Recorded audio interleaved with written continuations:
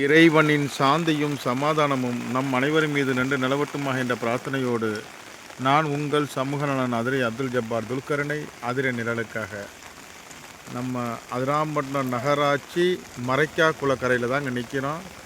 அதிராம்பட்டினத்துடைய வானிலையை பாருங்கள். நாள் 21/10/2025 மாலை 5:20 மணி அளவில் தாங்க. எவ்வாறு அதிராம்பட்டினத்தில் வானிலை இருக்குன்னு பாருங்கள்.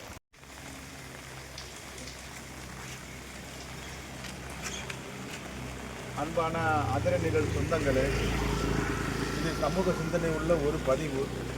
தஞ்சை மாவட்டத்தில் கனமழைன்னு சொல்லியிருக்கிறாங்க. இந்த மழை பயனுள்ளதாக மழையாக அமைந்து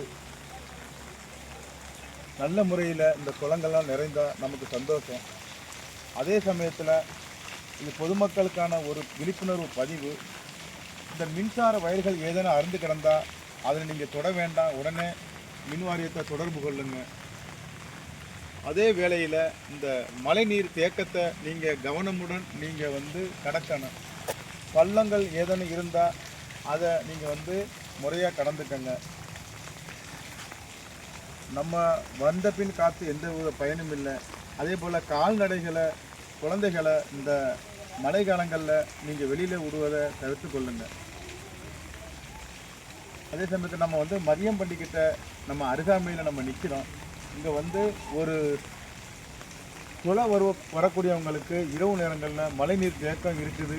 அதனை நகராட்சி உறுப்பினர், அதாவது நகர்மன்ற உறுப்பினர் இதில் கவனம் எடுத்து அந்த தண்ணீரை போக்கக்கூடிய வழிவகை செய்து கொடுத்தா மிகவும் பயனுள்ளதாக இருக்கும். அதே போல் இந்த துளை வர்றவங்களுக்கும் அந்த குழந்தைகளுக்கும், அந்த பள்ளி செல்லக்கூடிய குழந்தைகளுக்கும் மிகவும் இடையூறாக இருப்பதை கவனத்தில் எடுத்துக்கங்க.